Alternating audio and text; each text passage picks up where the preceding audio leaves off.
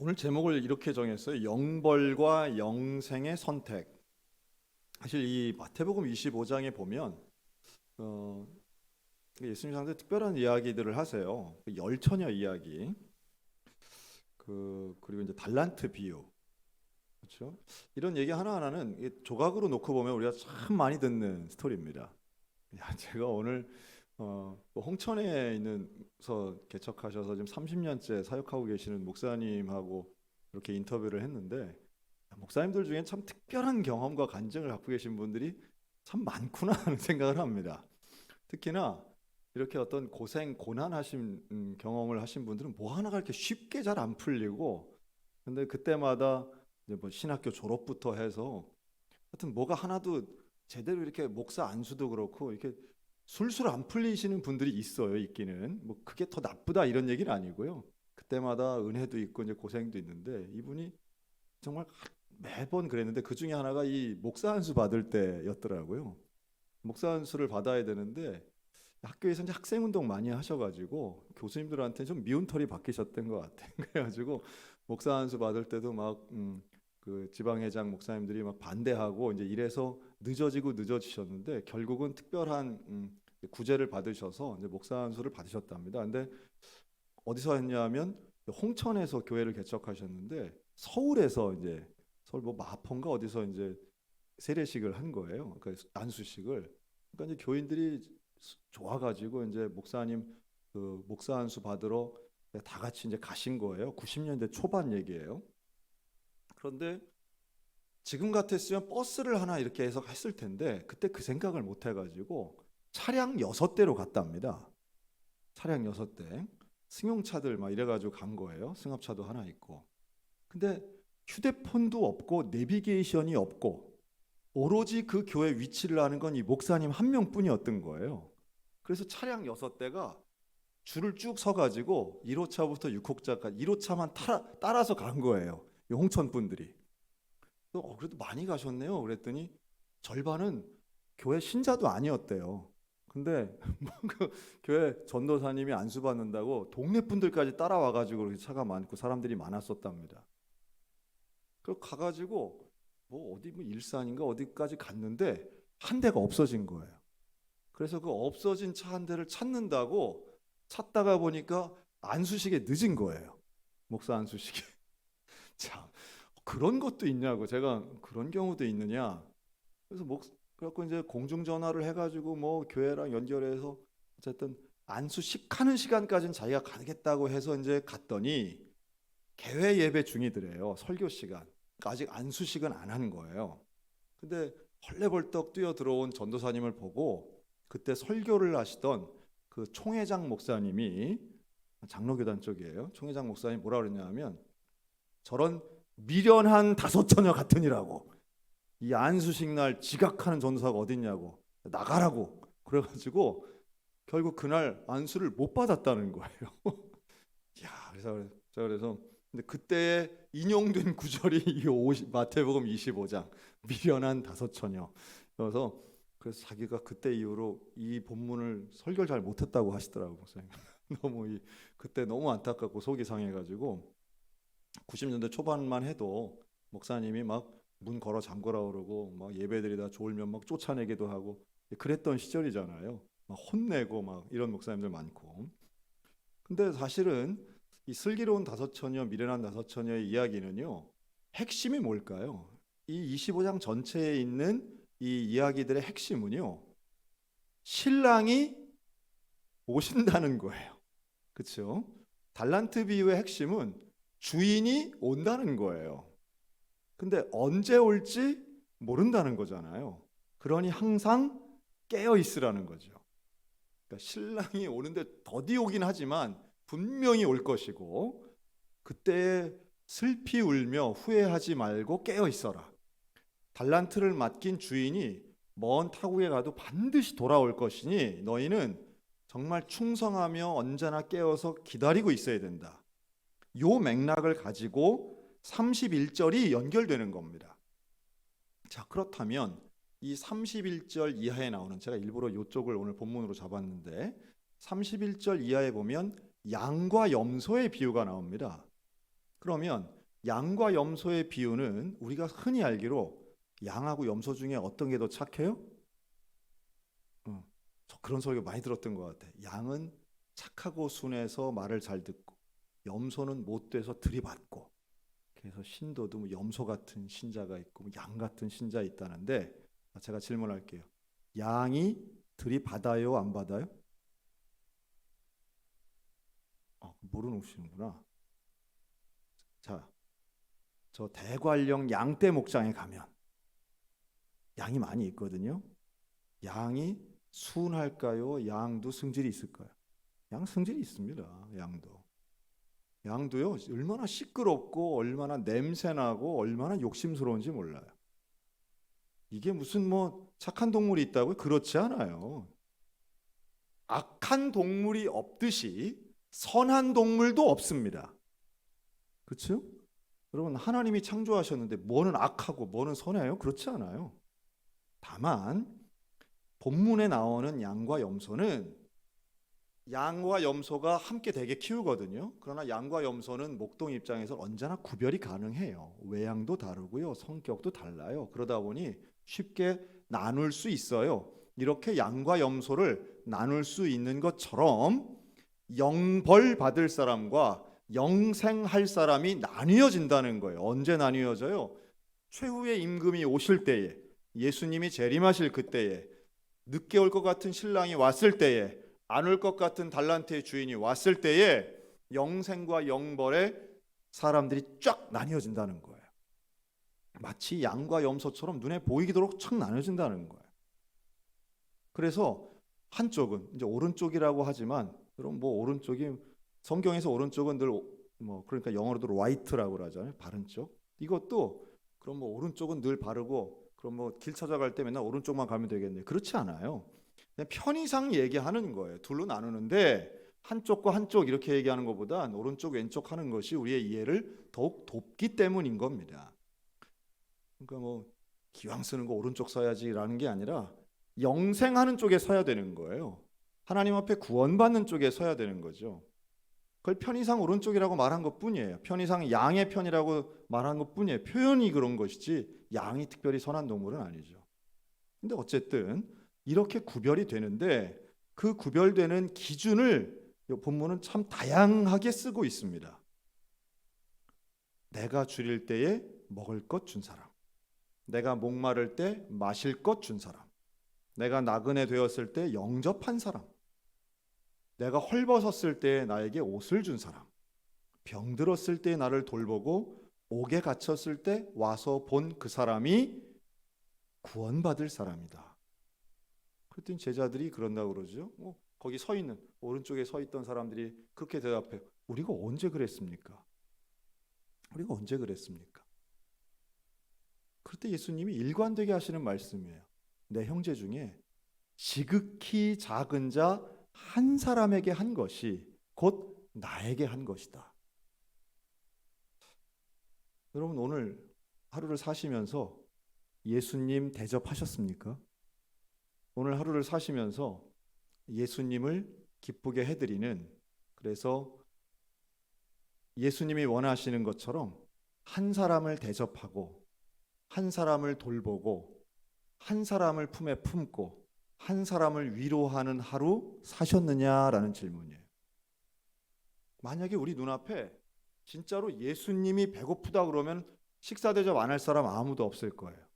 그런데 예수님은요, 예수님의 모습이 아니라 연약한 자 한 사람의 모습으로 내 앞에 나타나신다는 거예요. 예수님인 줄 알면 다 대접하겠죠. 그다음부터 여러분 목사 대접하기도 되게 잘하시잖아요. 목사님한테 뭐 좋은 거 갖다 주려고 하잖아요. 뭘 음식도 맛있는 거 해줄, 제가 신방만 가면 저를 그냥 어떻게든 먹이려고 애를 많이 쓰시잖아요. 예수님인 줄 알면 안 할 사람이 없어요. 그런데 문제는 뭐냐면 예수님은 모든 사람에게, 그것도 가장 작은 사람에게 예수님처럼 대우하고 대접하기를 원하신다는 것이고, 그런 사람을 구원하시고 그런 사람에게 영생의 복을 주신다고 약속하고 있습니다. 자, 여기까지는 그 뭐 그렇지 뭐. 그래 그럼 착한 일이니까 좋은 일이니까 수용할 수 있어요. 그런데 그 다음 왼편에 서 있는 사람들에게 하신 말씀은 참 어려운 이야기예요. 뭐냐 하면 누구를 때리거나 죽이거나 도둑질하거나 사기친 사람에게 벌을 준다 그러면 우리의 마음이 좀 편해요. 근데 이 왼편에 있는 사람들이 벌 받는 이유가 뭔지 알아요? 내가 배고플 때 너희가 밥을 주지 않았어. 내가 목마를 때 너희가 나에게 마실 걸 주지 않았어. 내가 병들었을 때 너희가 나를 돌보지 않았어. 상을 받는 사람은 선한 일을 했으니까 상을 받는다는 게 좀 이해가 되는데 이 벌을 받는 사람들에게 있어서는 악한 일을 해서가 아니라 선한 일을 안 했기 때문이라는 거예요. 그러니까 중간이 없어요. 아무것도 안 하면 중간에 가는 것이 아니라 아무것도 안 하면 영벌에 처해진다는 겁니다. 여러분, 그리스도인들을 향해서 예수님이 마지막 때에 요구하시는 삶이 무엇인가를 우리는 깨달아야만 합니다. 이 지점에서 우리는 산꼭대기에 혼자 들어가서 이렇게 누구에게도 피해주지 않고 살면 제대로 사는 거지라고 생각하는 건 아주 큰 오해라는 거예요. 나는 살면서 누구한테 해코지 한번 하지 않았어요. 그 사람은 영벌의 길에 들어갈 사람입니다. 영벌의 길. 나는 지금까지 누구 거 하나도 훔치지 않았어요. 지옥 갈 사람이에요. 좀 그 말이에요. 지금 그 말. 참 무섭죠. 지금 예수님이 지적하시고 가르치고 있는 마지막 때에 누가 영생의 복을 얻고 누가 영벌의 저주를 받는가가 너무도 두려운 기준을 가지고 말씀하시는 거예요. 제가 지금 뭐 갑자기 저의 기도 제목이 딴 게 쫙 1번으로 올라왔어요. 뭐냐 하면 이스라엘하고 가자 지구에 지금 전쟁 난 거 있잖아요. 사실 지금 전쟁이 되게 많습니다. 우크라이나 전쟁도 지금 한창이에요. 그런데 이 전쟁을 해요. 근데 전쟁을 하는데 하마스라는 조직이 있답니다. 하마스는요, 그 가자 지구에 사는 무장 단체예요. 여기가 정권을 잡은 거예요. 가자 지구는 뭐 한 40km, 10km 되는 그 좁은 지역인데 이 안에 우리 뭐 강원도 반도 안 돼요. 여기에 230만 명이 살아요. 산 하나도 없는데 진짜 참 심각합니다. 이게 2019년에 저하고 함께 이스라엘 갔다 오신 분들 있죠. 그때 우리가 뭘 받느냐 하면 분리장벽을 받습니다. 분리장벽. 그 가자 지구예요.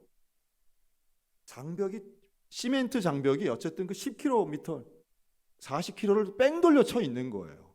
정말 무시무시합니다. 세계에서 제일 큰 감옥이라고 그러잖아요. 근데 그 높이가요, 우리 본당의 한 2배는 돼요. 그러니까 우리는 넘어올 수도 없어요. 근데 지금 하마스가 그걸 일부러 깨부수고 지금 들어왔어요. 차를 타고 와가지고 사람 막 잡아가고 납치해가고 이제 부셨다는 거잖아요. 테러가 맞죠. 최근 일주일 동안 했던 하마스의 일은 테러가 맞습니다. 근데 우린 질문해야 돼요. 이 사람들이 왜 저렇게 하나? 저 사람들이 왜 저렇게 하나? 군사력이 가자지구 230만 명 살고요. 이스라엘 본토에는 900만 명 살아요. 전쟁이 안 돼요. 국력도 게임이 안 되고 지금까지 단 한 번도 이 하마스나 헤즈볼라가 이겨본 적이 없어요. 이스라엘의 전투력 상당히 강합니다. 근데 왜 저렇게 싸움을 할까요? 그것도 민간인을 막 잡아가지고 인해장막을 치고 왜 저런 짓을 하나? 나쁜 짓이에요. 분명히 나쁜 짓입니다. 민간인을 죽이는 건 어떤 말로도 변명할 수 없고 용서받을 수 없습니다. 그러나 분명한 건 저들에게도 나름의 논리가 있어요.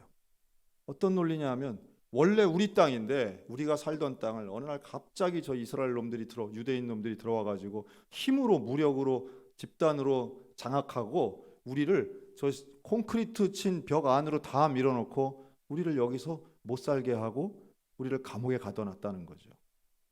이분들이 그 갖고 있는 지난 한 50년간 그 억눌린 울분은요 어마어마합니다. 우리 일제 강점기하고는 비교도 안 돼요. 이스라엘 사람들이 그 가자지구 서안지구에 있는 팔레스타인 사람들이죠.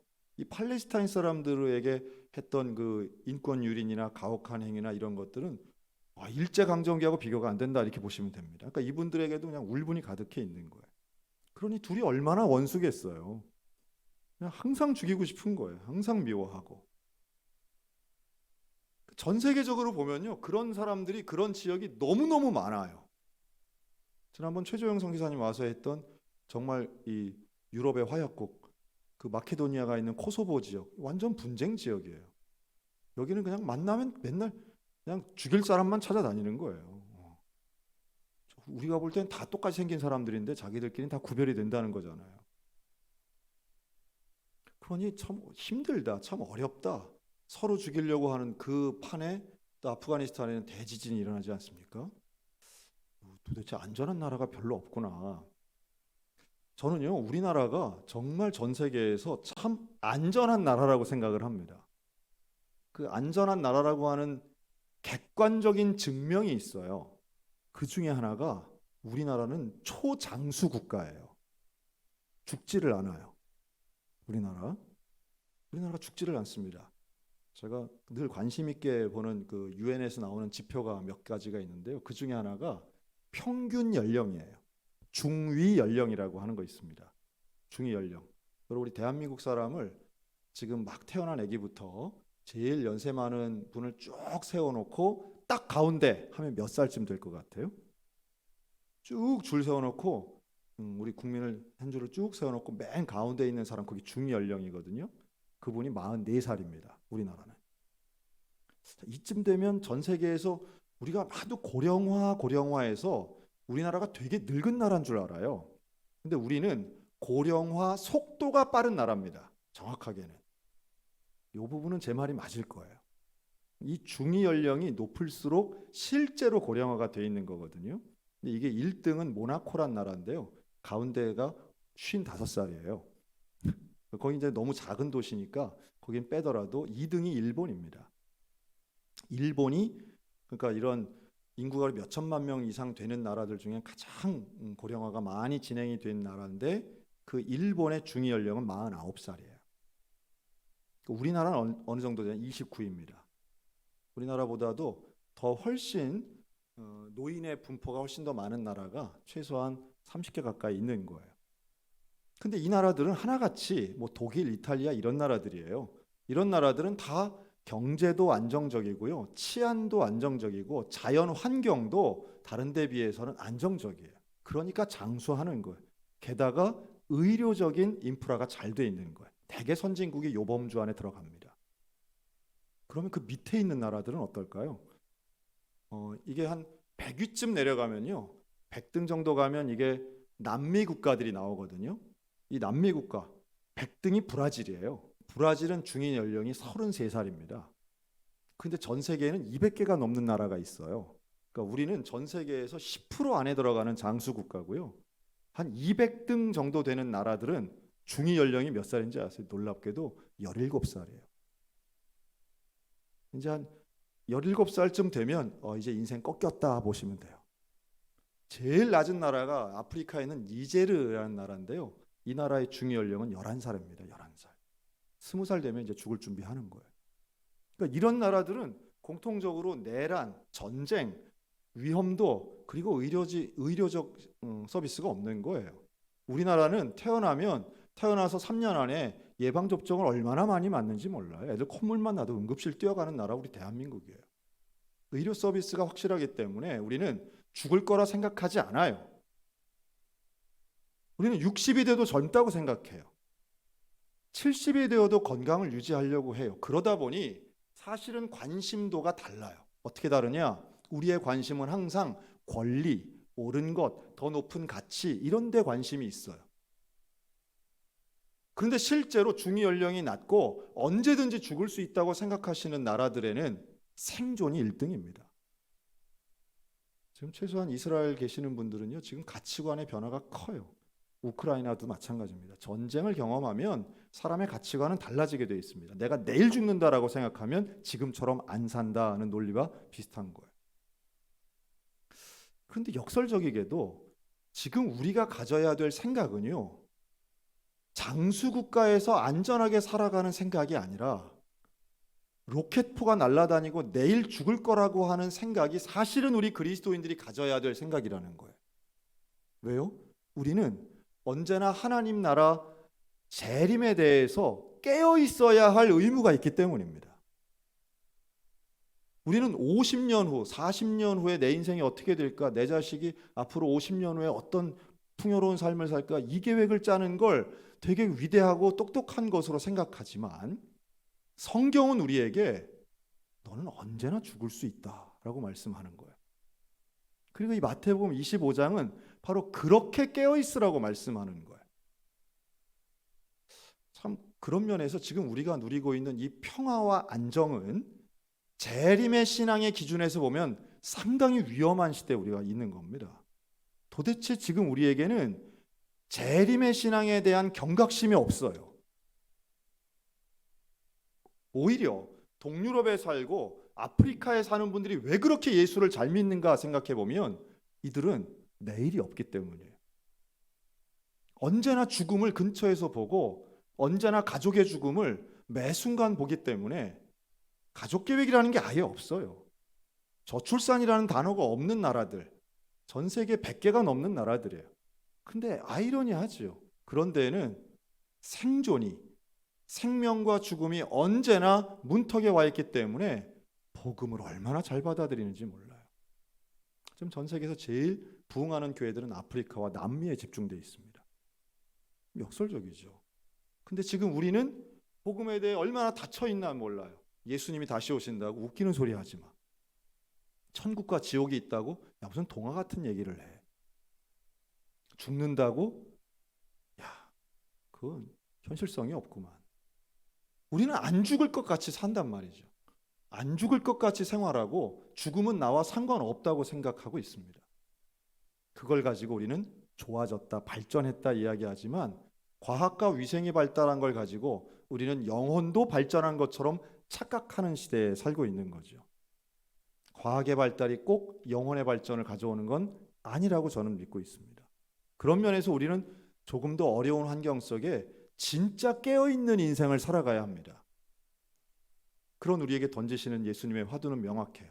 영벌과 영생은 분명히 있다. 예수님은 다시 이 땅에 오신다.